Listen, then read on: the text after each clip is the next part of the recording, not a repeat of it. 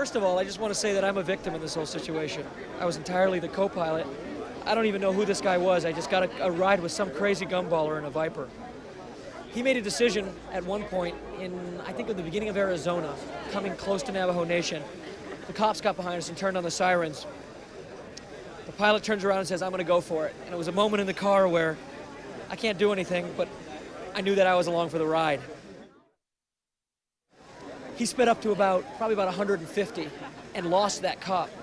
But in the exchange of going 150, blew past another cop that was just poking along at about 90 and undercover, with sirens in the back. He turned on his cherries and he started the chase.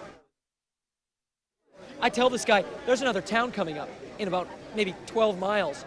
No sooner do we say that, we get to the top of this hill and we see a full roadblock over the next hill. So we've got one more valley and one more rise, and we got them from both sides. At that moment, a dirt road opens up on the side into the Navajo reservation. Now we're in a Viper, off-roading at about freaking 80 miles an hour. I mean, you never heard an undercarriage get more beat up. We come off the main Navajo road onto a side dirt road that's for like 4x4s, and there's like a Navajo hut, and there's an Indian standing out there.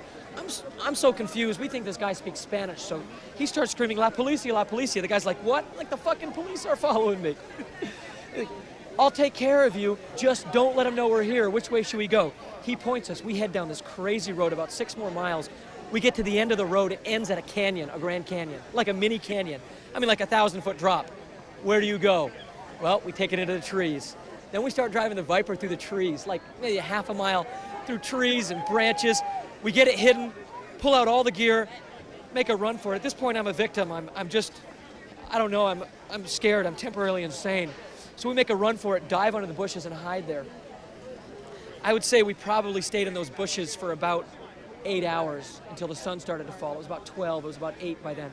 Come back to the car, he peels off all the stickers, takes off the orange band.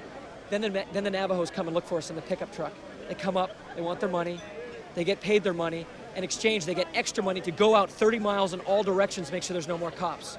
They go out in all directions, come back with the pilot, we get in the car. We've got 40 miles left in the tank. We end up coasting on fumes into the first gas station, fill up, and head off to Vegas about 11 hours behind everyone else. Insane. Apparently, the fine would have been a year in prison. That's what I heard. It was wild. It was wild.